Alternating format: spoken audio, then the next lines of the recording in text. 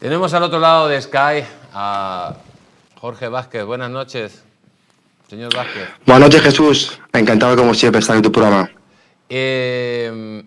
Bueno, cuando una señora, una vicepresidenta del gobierno, habla de destruir la presunción de inocencia, cuando una vicepresidenta del gobierno habla directamente que el testimonio de cualquier mujer tiene que estar por encima del testimonio de todo lo demás, y si es hombre, pues todavía más.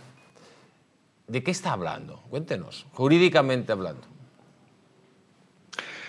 Bueno, yo estoy muy sorprendido con todo esto y no me refiero a la sentencia, al fallo en sí, me refiero a la capacidad que hay en este país de, pues, tras 5 minutos de conocerse el fallo del TSJ, pues lanzarse a verter opiniones jurídicas de toda índole.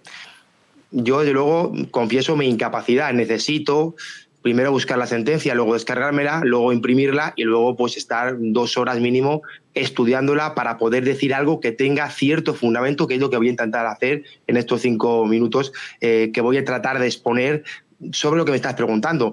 ¿Qué opino yo? Primero, decir que hay que entender cómo funciona el Estado de Derecho. Primero, insisto, leerse la sentencia, después comprender las reglas del juego y, como dices, el sagrado principio de presunción de inocencia, el indubio pro reo. Que yo sepa, a día de hoy no estamos todavía con un principio de culpabilidad, sino de inocencia. Esto es antes y después de la ley del solo sí es sí. Y quiero empezar diciendo que me voy a referir a la víctima como denunciante, por cuanto a mí me gusta seguir los postulados del gran catedrático Jim Bernat, que entiende pues que hablar de víctima de alguna manera prejuzga la posición de las partes en un estrado. Estoy completamente de acuerdo, pero es que además en este caso ya tenemos una sentencia absolutoria de nuevo a lo colegiado, por tanto creo que lo apropiado es referirnos a la víctima como denunciante. Bien, primero, Jesús, decirte que una sentencia absolutoria no siempre es la que determina que no hay hecho.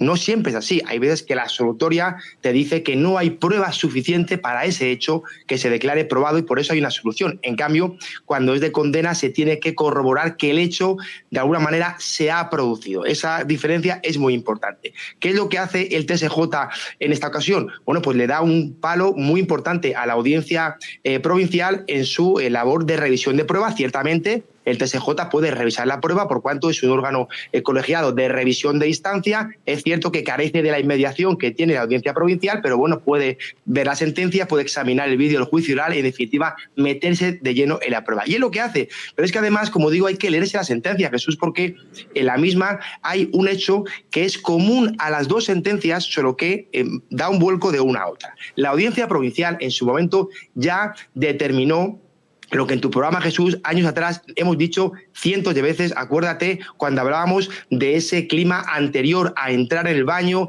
terror, dominación, coacción. Se sentía intimidada la denunciante, incluso que le echasen algo en la bebida. Parece que entra engañada o coaccionada, y eso no se veía en las imágenes del Sutton, y es lo que el abogado primero que tuvo antes, Cristóbal Martel, se refería como distorsión narrativa. Bien, pues lo que dice, o lo que decía, mejor dicho, la audiencia es que, siendo consciente de que había esa contradicción que era evidente, de alguna manera la sorteaba, valorando en conjunto el resto de la prueba para llevar a una sentencia que soportara condena. Bien, ¿qué ocurre? Que ahora el TSJ dice que por ahí no pasa. Y primero, aclarar algo que este fin de semana he oído en medios de comunicación y me he quedado perplejo. El TSJ no está diciendo que una víctima no pueda ser violada por el hecho de antes estar jugando, divirtiéndose, bailando, bebiendo con el supuesto agresor, incluso aunque entre en el baño a tener una relación sexual con él, porque evidentemente se pueden trucar el consentimiento en cualquier momento. Hablaba también, simplemente... señor Vázquez, hablaba también el Tribunal de Justicia de Cataluña de que ella dijo que en ningún momento había hecho ninguna felación, se ha demostrado que sí, y que luego la violación no se hizo en una postura que también se hizo. Eso también lo ha tenido en cuenta el tribunal, de que no coincidía con la versión de la denunciante, ¿no? Efectivamente, hay como, digamos, 3 momentos. El primer momento es el ante, que dice el TSJ: oiga usted, si de lo que hemos visto de usted lo que se ve no coincide con su declaración, pues su versión no tiene fiabilidad. Bien, restos de esmegma. Entonces, lo que entiende el TSJ es que la valoración más plausible es que los restos hayan aparecido por medio de una felación. Es verdad que había periciales que decían que podían haber llegado a esa boca por otros medios, pero lo más plausible es que lleguen a través de una felación. Claro, la víctima había negado la felación, Alves sí que la había reconocido. Ahí hay otra contradicción, pero es que además sobre este particular la propia sentencia se contradice a sí misma, porque en unos pasajes de la sentencia establece que las lesiones que tiene en la rodilla son compatibles con esa felación, pero en cambio en otros niega que se haya producido. También en los momentos posteriores se mete la sentencia a revisar la prueba cuando dice que al entrevistarse con el mozo de escuadra hace una narración muy genérica de lo que ha sido una agresión sexual. No está pormenorizada como sostenía la audiencia provincial. En definitiva, se mete la prueba en el antes, en el durante y en el después. Y Jesús, para ir terminando, decirte que no es ajeno el TSJ a que Alves pues tuvo declaraciones contradictorias. Esto es indudable, no se puede negar que fue diciendo cosas a medida que transcurrieron las actuaciones, quizás, como dijo él, por miedo a perder su matrimonio, pero tampoco es la sala ajena a las declaraciones contradictorias que acabamos de ver que ha tenido la víctima. En definitiva, muchas mentiras por ambas partes, por tanto hay una duda más que razonable y los juristas sabemos que con dudas razonables no es que no se pueda condenar, sino que es que no se debe condenar, es un mandato prohibido precisamente, como antes decías, por el principio de presunción. Y termino, Jesús, con una frase que dice el TSJ, una valoración que hace que francamente no tenía por qué hacerla, pero lo hace de cara, lógicamente, a la opinión pública.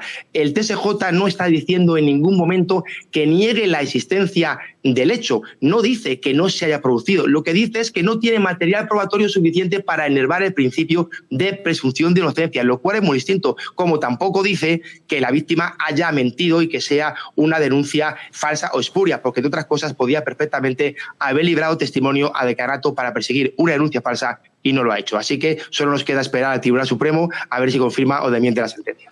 Pues, señor Vázquez, muchísimas gracias por estar aquí con nosotros en El Mundo al Rojo. Igualmente para todos, un saludo. Y es que, claro, esta explicación que le da un profesional como el señor Vázquez...